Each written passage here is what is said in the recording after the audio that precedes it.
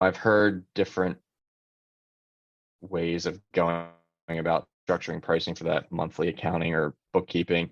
Generally, I will offer up a menu or a slate of standard services that I provide. I really don't like to go below $500 a month. And part of that, that may sound expensive to some startups or whatever, but on a smaller scale, I'm one person right now. I have minimal overhead, which is great, but I don't want to penalize my clients for when I do bring people on and have overhead. So for them to absorb a huge price shock when that happens would not be fair. So, Yeah. I'm starting at a level where I think I can slowly increase the fees over time, and it's not going to be such a sticker shock to them, because you always hear the story of clients changing accountants because one year they just got an astronomical bill out of nowhere, or they need to increase their fees significantly. So I think at the bare minimum for a small startup, $500 a month, which is $6,000 a year, that sits about right with me. And I don't really have a scientific answer to that. I mean, I know obviously what my overhead is and sort of the hours that would go into a job like that, but it's sort of a gut feeling too. And also, I think that's working for me right now because I have not had many rejections on that price, Yeah. which has been good. Hey, and welcome to the Ambitious Bookkeeper podcast. I'm Serena Shoup. I am a CPA and mom of 3, and I'm running a virtual bookkeeping business mostly from my home. You're in the right place if you're a bookkeeper, accountant, or an accounting student, and you know that your purpose is bigger than sitting in a cubicle. If you're ready to learn some actionable tips and strategies to help you start and grow a bookkeeping or accounting business, I hope you stick around. Welcome back to the Ambitious Bookkeeper podcast. I'm your host, Serena Shoup. This is part of our niche series. As part of this series spanning July and August, you'll be listening in on interviews with niche bookkeepers and accountants. I thought it would be really inspirational and super valuable to bring on bookkeepers and accountants who have built niche firms to take you behind the curtain of what it looks like to get to the point of serving in a specific niche. My hope is that you'll gain the inspiration and information that will help you hone in on your niche, or if you already have one, find different ways to help your clients. I'll be asking some similar questions of each of our guests, like what their minimum fee is, how they got into their niche, and what their firm team structure looks like. I'm super excited to bring this to you, and I hope that you enjoy. If you're ready to hone in on your own niche and build a bookkeeping business that gives you the life that you want, check out the Bookkeeping Business Accelerator by going to ambitiousbookkeeper.com/BBA. The link is also in the show notes. If finding a perfect fit client is something that you've needed, check out my mini course, The Bookkeeping Client Closer. Go to ambitiousbookkeeper.com/closer. All the links will be in the show notes. Now let's get into today's episode. Welcome back to the Ambitious Bookkeeper podcast. As you know, this is one of our niche series or niche series, however you want to say it, podcasts. And I have a guest named Sean Coggins. And he is you do bookkeeping or tax? I didn't ask you that before. Everything except tax. Everything except tax. Yep, including audit. Including audit. Oh, this is going to be a fun conversation. Okay. So since I had to involve you in the intro anyway, why don't you go ahead and introduce yourself, the industries that you specialize in, and we'll go from there. Sure. Well, thanks for the intro. As you mentioned, I'm Sean Coggins. I'm residing on the East Coast in Maryland, close to the Annapolis area. So a bit about my background. I was with RSM, big, top 5 firm for a number of years, about 8 or 9 years in the audit department. And then from there, I sort of switched to a smaller local firm in the Annapolis area for a couple of years before I had gotten the entrepreneurial itch to jump out on my own. So currently, I've been out on my own full time since October of 22, so less than a year, which is exciting. Congratulations. And scary all at the same time. Yeah. But like I had just mentioned, I focus on everything except tax. So I have the traditional audit background, as well as, the CAS or monthly accounting, whatever we want to label it now, because there's a lot of labels out there, which I, had some experience in my smaller firm in Annapolis, as well as, working as that outsourced controller /CFO role, some general business consulting, So I figured, might as well offer it all while I can and see what's working and what's going to be working for my growth in the future. Yeah. So before we hit record, you were talking about entering into another niche because of some recent legislation changes in your area. So Yeah, certainly. Sorry, I forgot that part of the question. yeah. So the industries that I have a lot of experience in, traditionally more in the real estate as well as the technology side. And then I also have a lot of experience in the manufacturing distribution side. But a unique niche that I'm going to start to enter into is the cannabis industry. And that has got a lot of popularity here in Maryland because as of 5 days ago, on July 1 of 23, it became recreationally legal for the adult use. Traditionally, over the past couple of years, it was just medically available. So you needed a medical cannabis card to purchase it. But it just became a free and open market. And with that, the state of Maryland is going to issue about, I believe it's in the tune of 200 more licenses. So currently there's about 130, I believe, current outstanding, and they're essentially going to triple the market. So that's going to lead to a lot more businesses. And when more businesses come into the landscape, there's a lot more an accounting need. And as you can Yeah. imagine, it's a highly regulated industry. Yeah. Have you already been developing a marketing plan or relationships in that industry preparing for this? Yeah, no, I have. And that was part of my go-to-market strategy since I've been out on my own. So I've met with a lot of different people in a lot of different areas. So I've met with some retail dispensary owners, had lunch with them, got my name out there. I've met with a lot of people in the legal landscape too, some of the top minds, top lawyers in the state regarding cannabis. And I've actually partnered up with another accounting firm too to help me get more experience in this field in their audit department. I don't know if you want me name dropping anyone, but I've been partnering up with the Cohn Resnick public accounting firm. So helping them in their audit department with their cannabis audits. That is so smart. I'm Yeah. so glad you gave like some amazing bullet points that I'm like, okay, here's the value that people are going to get from this. Like no matter what the industry is, like you're meeting with people in that industry that are opening businesses. Yep. And that could go with any business that, is already open or whatever. You're meeting with people in that industry and you're not there pitching them, right? You're just there having conversation. Like, let's just have lunch. That's I'm just exactly it. trying to build relationships. And honestly, it's great for me too, because I'm absorbing so much knowledge from so many different avenues, from the legal aspect, from the business owner aspect, from the large public accounting firm aspect. Because with my contract with that Cohn Resnick firm, they service a lot of multi-state operators, a lot of the big players in the game they service. But I'm also talking with people who are owning the small business type model retail dispensaries and figuring out what their pain points are. How are they tracking their inventory? How are they managing their books currently? Yeah. This is super exciting. And like you're in a really good position because like it just went legal. So you've already been building these relationships, right? Yeah, no, certainly. I mean, I guess the vote passed for turning this legal July 1. It passed back in November of 22.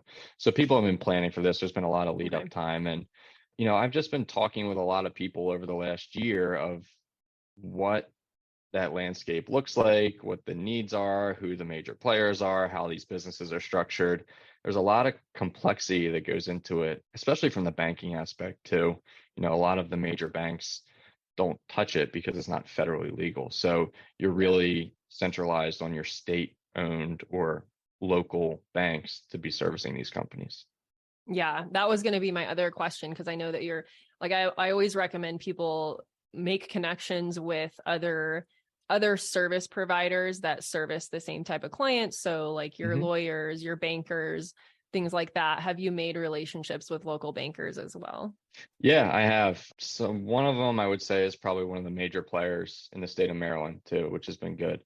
So yeah, just trying to reach out to everyone, attending virtual like webinars and stuff with other accountants in the industry. And then Mhm. actually next week here, I'm going to be attending a conference in Baltimore just to sort of get my name out there and, you know, see what different, I don't want to say it's like a vendor show for that specific industry, but there's a lot of other types of businesses that will be supporting that industry from a Mm-hmm. technology side, from a logistical side, like a packaging side, and a lot of different businesses are going to help support and pump up that industry. So I'm sure they're going to need some help too.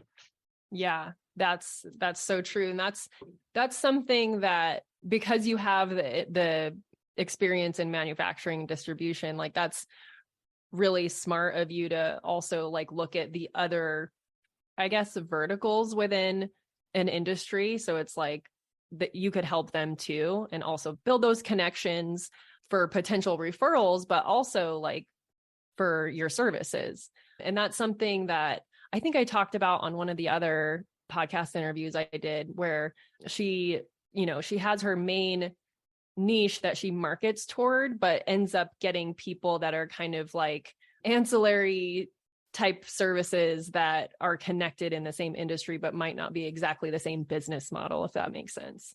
Oh yeah, no, Yeah. that's great.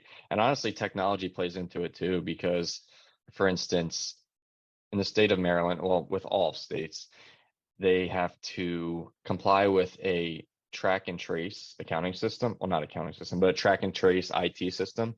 So the Mm-hmm. state will track every single plant from the time that it reaches a certain stage. So as soon as it sprouts out of the ground, all the way to the time it gets to the consumer's hands. They call it seed to sale.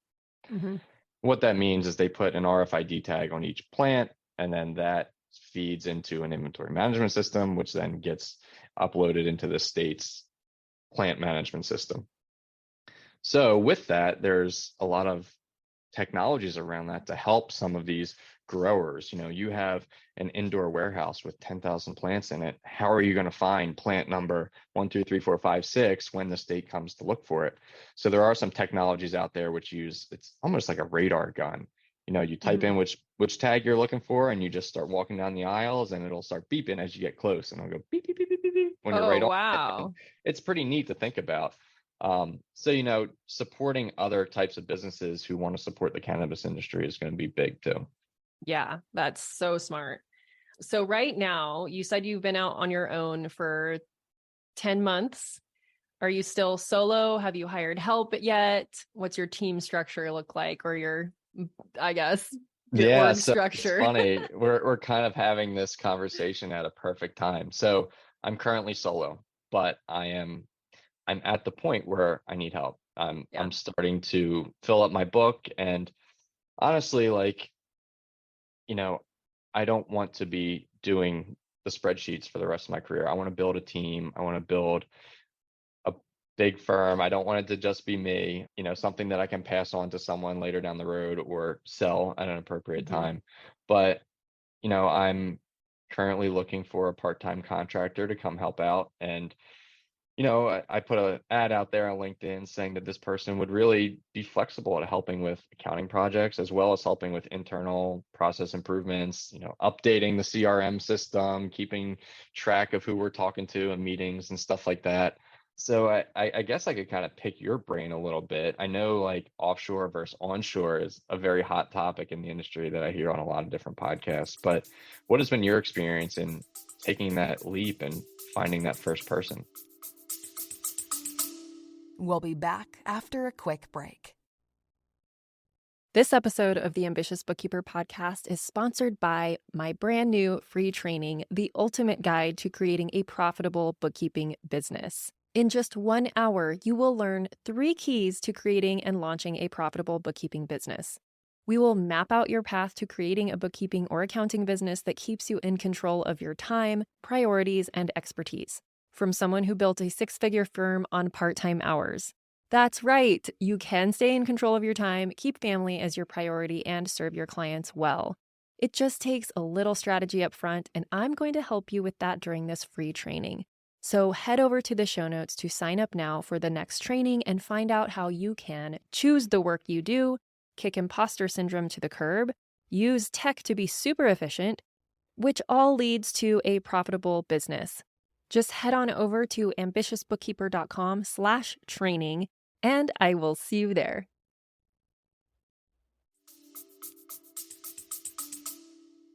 Yeah. So the first person I found, I actually had her on the podcast a few episodes back. I think it was our 100th episode, actually. She's been with me almost since the beginning. So about where you're at right now. I don't know how many clients you have. Maybe that's, if you want to share that, you can. But I hired her when I only had 5 clients. Oh my gosh. Wow. Because I've always wanted to make sure that I'm only working part-time in the Yep. business. Because I had little ones at home. And so I more built this as a flexibility to continue my career. And so I got to this point where I had enough clients where I was meeting with every client and doing the bookkeeping and doing all of like the analysis and the presenting financials and stuff like that. That's always been like, I've always had that in my services. And it got to the point where I was like, I don't really have enough time to be meeting with the clients, doing the analysis and doing all the bookkeeping. So I either need to hire a babysitter or I need to hire someone in the business. And at that time, it was actually easier to find someone in the business. Plus, I'm not giving up more time with my kids. So that's what I did. And I didn't know her personally, but we were connected in like a Facebook group, and someone else had posted something about like work at home jobs and things like that. And I answered like, I do bookkeeping. I have an accounting degree and da, da, da, da, da. So it just depends on what your experience is. And she answered to that thread because she owned a farm and did the bookkeeping for the farm, but didn't really have any formal training. And so we started talking and she was like, yeah, I would be interested, because I was at that point, I was like, I'm kind of looking for help. So if you have experience, Yeah. I'm willing to mentor. And I don't believe that you have to have an accounting background to learn bookkeeping, as long as you have like a certain level of attention to detail and desire to learn more. And so that's how I connected with my first team member. And she's been a contractor ever since, but she's very much part of the team. So Nice. Yeah, I can I certainly like to, resonate. Oh, sorry. oh no, it's okay. Go ahead.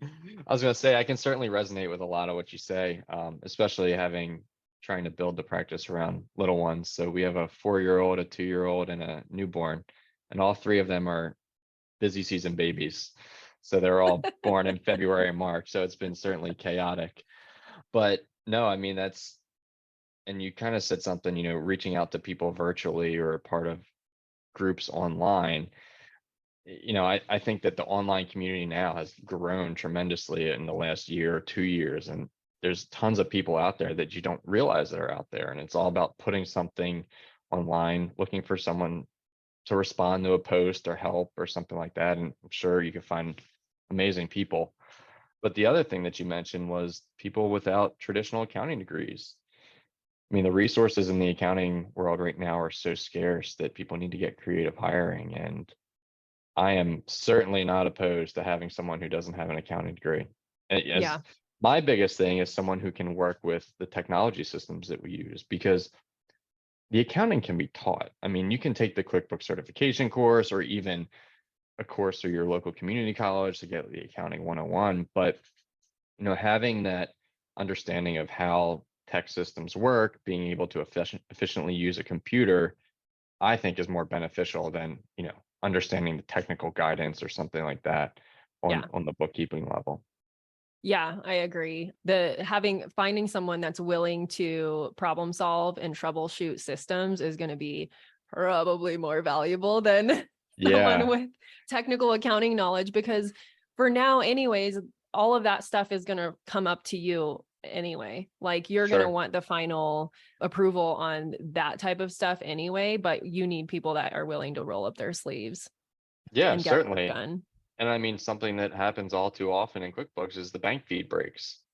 All right. Yeah. So how do you fix it? You talk with QuickBooks support, or you talk with the banking support, you refresh, you get the login credentials, and knowing that someone can handle that on the fly is great, rather than, you know, elevating it to the business owner level when he or she may be working on something else and it pulls their attention away and it just becomes a mess that Yeah. if 2 people duplicating efforts on one thing that could be handled fairly easily. Yeah. So your question on offshore versus onshore, I don't have experience with hiring offshore labor. I have kept our operations in the US, and I'm not opposed to offshore labor at all. It's just been how my business has grown at this point because Hmm. of the connections that I've made. Like I there are so many, especially women out there, who have left their careers and they have the background and the knowledge, but they don't want to work full time. So like there's an abundance of those people out there. There's also, for you, I would say, work with recruiting at your local community college in the accounting program, make a connection with some accounting professors or the dean or whatever. I've done that here too. And then one of the universities does like job fairs, Oh, nice. and you can set up your own booth and stuff. So depending on how fast you grow, that might Yeah. be something that you need to do as well. So And is the person you had just mentioned, is that person local to you? Like, do you have the ability to meet up, or are they completely no, remote? all my whole team is, I guess they call it distributed. So I have a couple Nice. people in Florida. She's in Idaho, and I have someone in California. And then I'm in Arizona. I did for a short time have a local employee that I did recruit from the community college, but she still worked virtually. I would meet up with her occasionally, but yeah, Okay. it's been fun. Yeah. So that's something that I'm sort of struggling with. I have no problem, and I pride myself on being a tech forward type firm. I have no problem working with people virtually.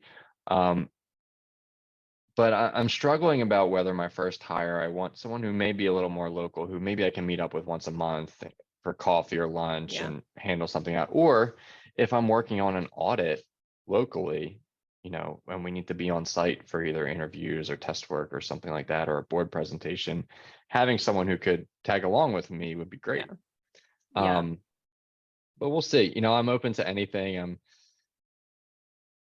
I want to grow, but I want to grow smart. I don't want to get too overwhelmed and drop the ball on deliverables to my clients, or, even damaging my reputation. Yeah, that's something good to be conscious about. Yeah, for sure. Means you have integrity, so kudos.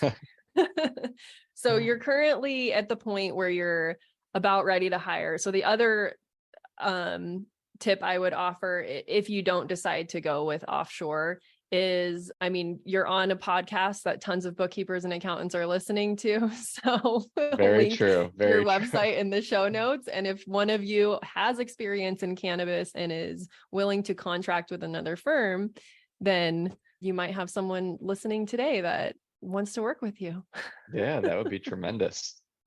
Yeah, or even, someone who has experience and can maybe guide me on business development efforts in the cannabis industry and how, they've gained clients, or even on the opposite side, if they need help or some sort of expertise on their cannabis projects, they can certainly reach out to me. Yeah, awesome. So so I think I've covered most of the questions that I want to make sure I ask all of my niche firm owners. And I think the only one that's left is, and this might be kind of difficult for you to answer because I know how how I was with pricing in my first year, but do you have a minimum price for like monthly accounting services? And maybe you do for like different, because you have a couple different industries that you work with. But the reason I asked this question before I force you to answer it is because there's a lot of our listeners who are thinking about starting a bookkeeping business, or maybe they just started, like super brand new, even, Mhm. less than a year. And there's not a lot of people out there willing to share what they charge. And I think it does the whole industry a disservice, because then if someone doesn't know what they're able to charge for certain services, it ends up degrading the pricing that others can charge. If you just don't know what other people are charging, it's really hard to price your own services. And at the beginning, that was something I really struggled with, because especially if you come from corporate, you're like, well, I made $50 an hour in corporate, so that's what I'll charge as a bookkeeper. Yeah, certainly. No, um, that's a great question. Pricing is such a hot topic. And as you know, there's so much information out there on so many different podcasts and interviews and stuff like that, that it can certainly become overwhelming about how you want to structure things. I've heard different ways of going about structuring pricing for that monthly accounting or bookkeeping. Generally, I will offer up a menu or a slate of standard services that I provide.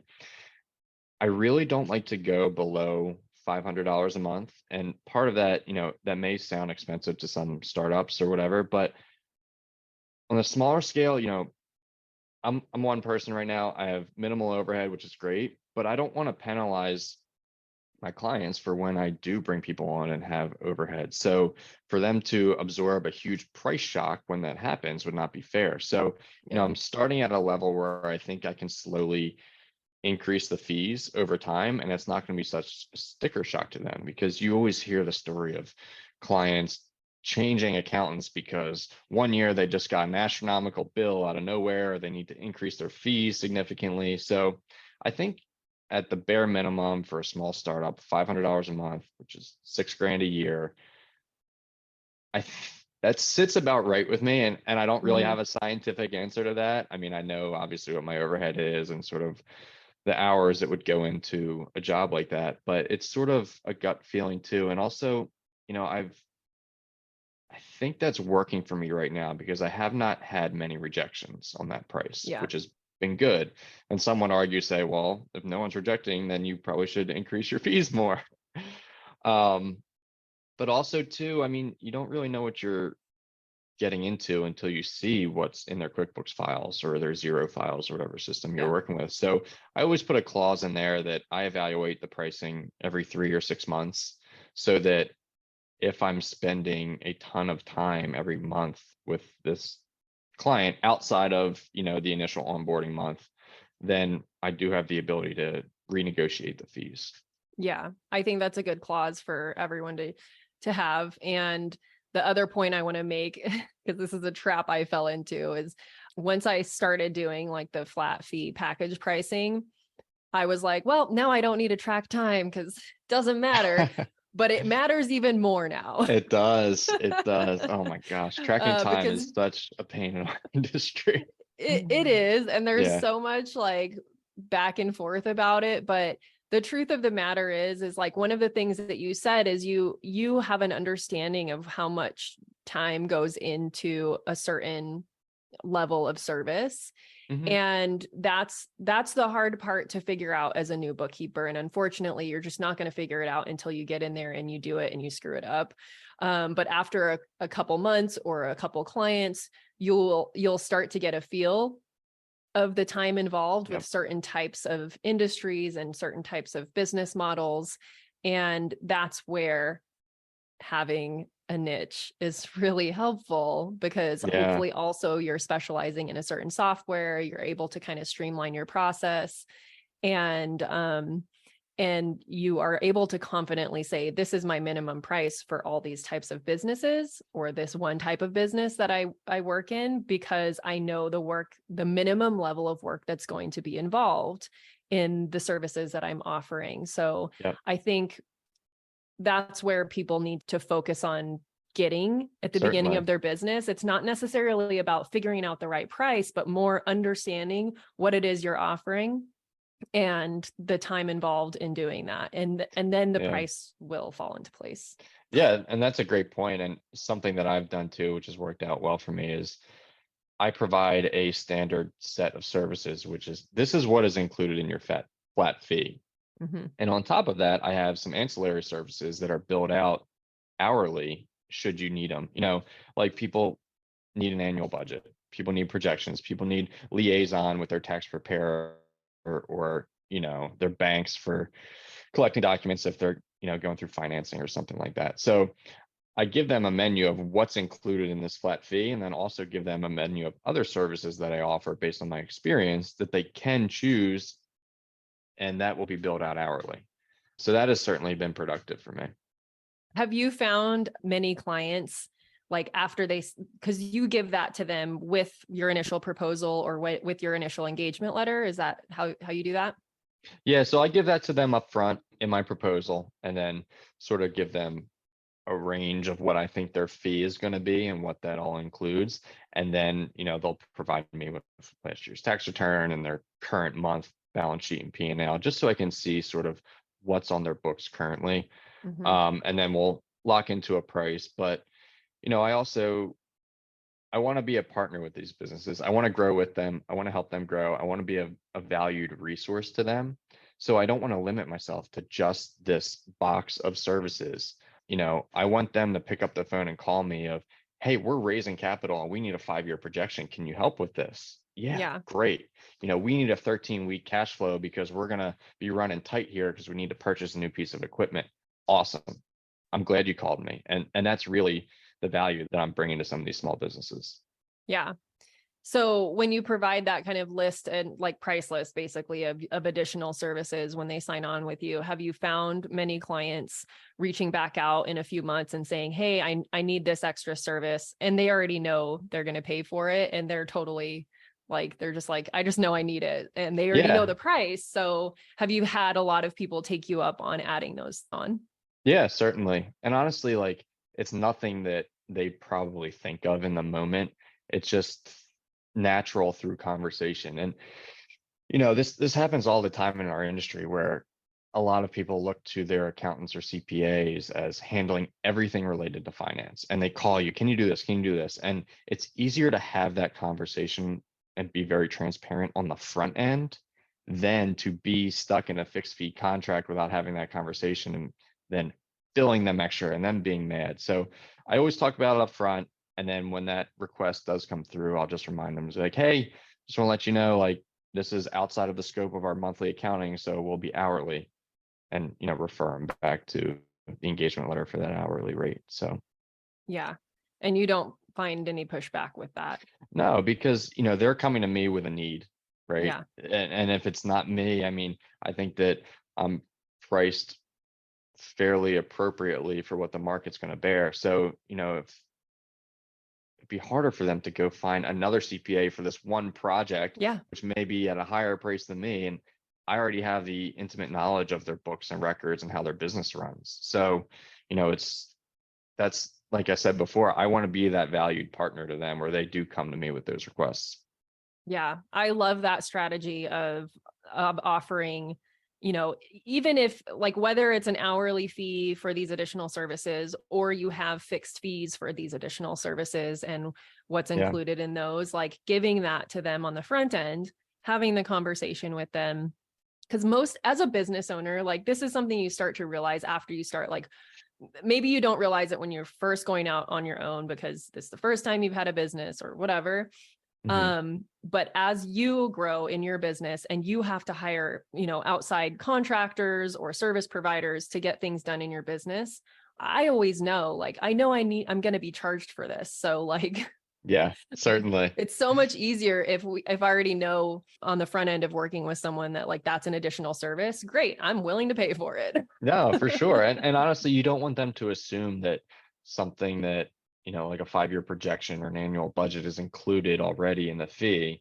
Right. Um, but also, like, it may open their mind to something that they didn't know they needed, right? Yes. Like, a 13-week cash flow Yeah. or a annual budget, which they've been struggling to come up with for the last year and didn't know that someone else could help them with it.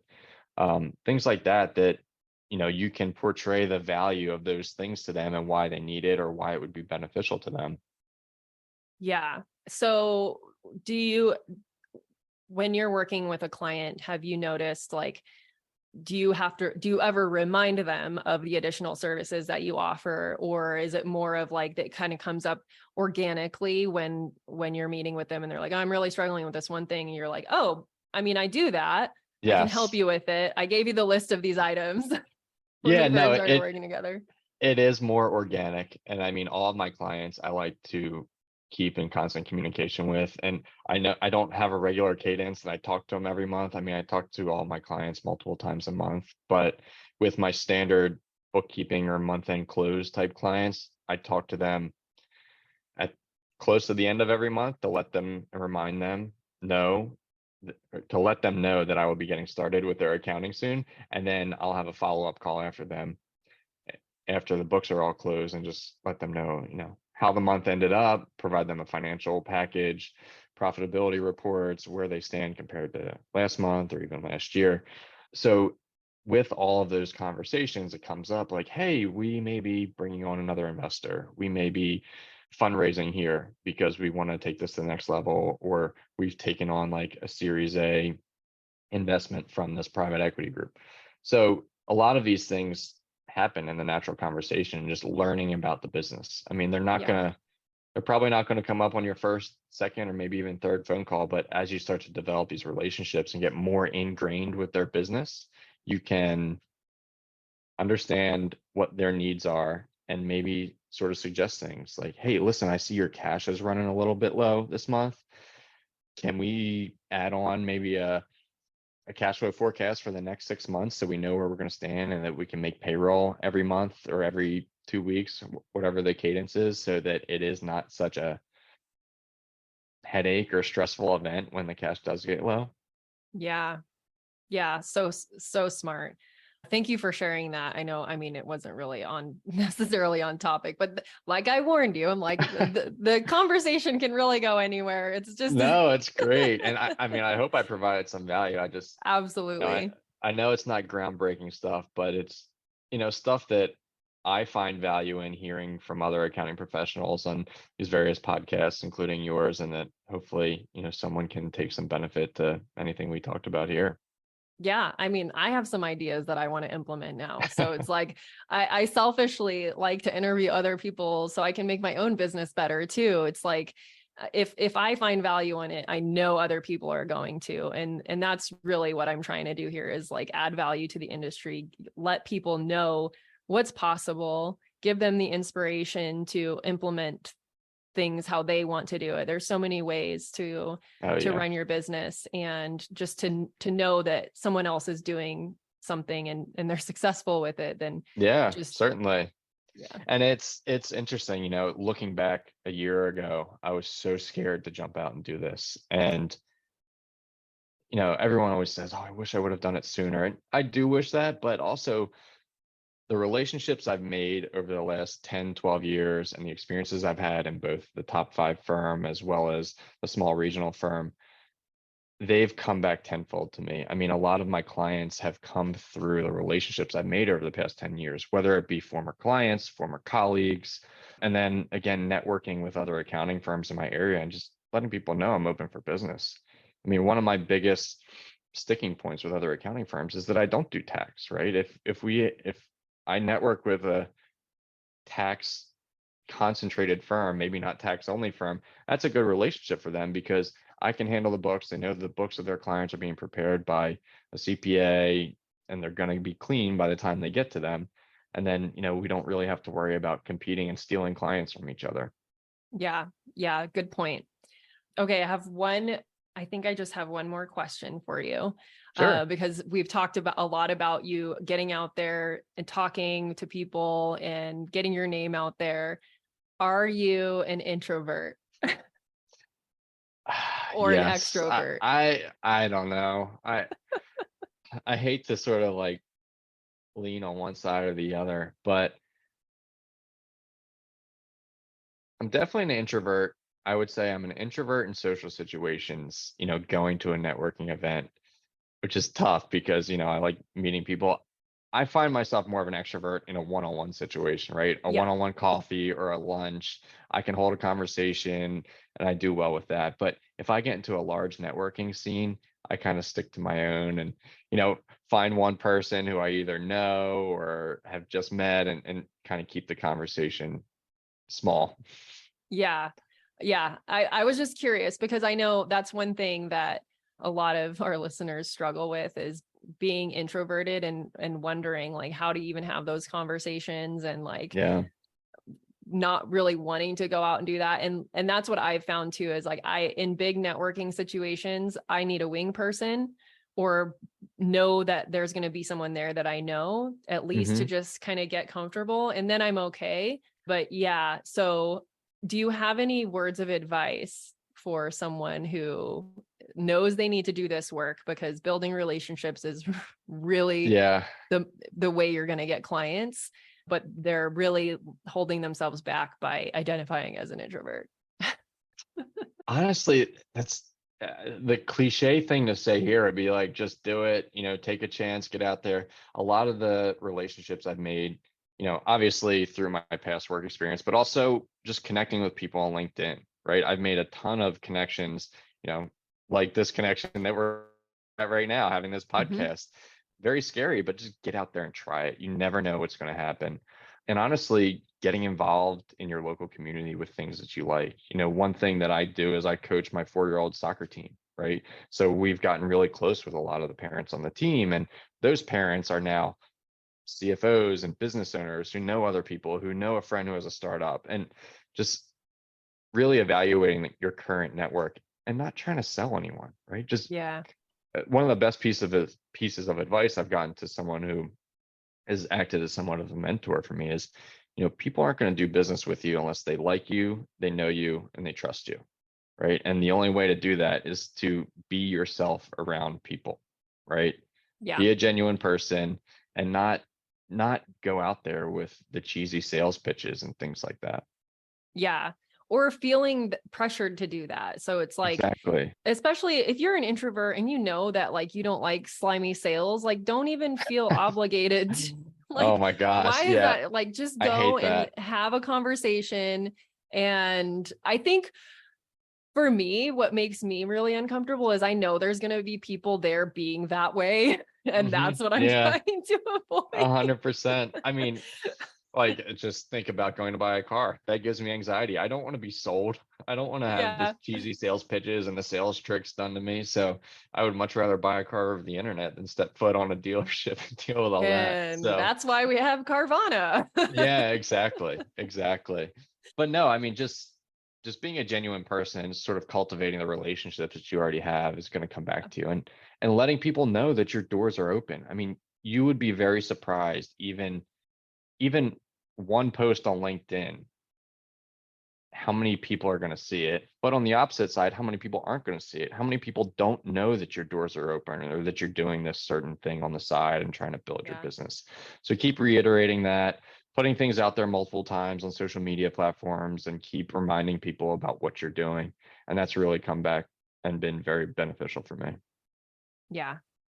Oh, this has been a great conversation. Thank you for stepping out of your comfort zone. Yeah. Is this your very first podcast interview? It is my very first podcast. Hey. I was very, very nervous to join, but I'm very excited that you asked me to be on. Yeah. Well, thank you for taking the time to respond back to me and let me ask all these invasive questions. It's been an absolute pleasure. If someone wants to connect with you, if they're interested in working for you or just learning more, maybe there's a business owner listening that needs your help. Where is the best place to connect with you? I would say the best place is either through my website, which is cogginscpa.com, or through LinkedIn at Sean Coggins. I'm not big on the other social media platforms yet. I don't really know how all the algorithms work yet, but maybe one day. I know there's a lot of people who are big on Twitter. Tax Twitter is out there, but I haven't made the leap out there yet. Yeah, so. I'm not a Twitter fan. I don't hang out there. I spend most of my efforts on LinkedIn and Instagram. But yeah. Well, you're ahead of me. I haven't dove into the Instagram. I don't think it really, like, it might not make sense for some industries, like, so I try to reiterate that for people is like not to feel the need to be everywhere, and you're going to get a bigger bang for your buck and your time with building relationships. Yeah. All right. Well, thank you so much for your time. And thank you for listening. If you've made it this far, and make sure you go and connect with Sean on LinkedIn. And Sean, thank you again. We'll talk to you soon. Yeah, thank you for having me. I really appreciate it. Thank you to everyone who helps make this podcast possible. Content and interviews are produced by me, Serena Shoup. Our intro and outro music is written and performed by my brother, Ian Gilliam. Editing is also by Ian using his awesome sound engineering skills along with Descript software. Hosting and publishing is by Buzzsprout. And you can check out the show notes for links to all of these amazing resources and resources mentioned in the episode. Embrace and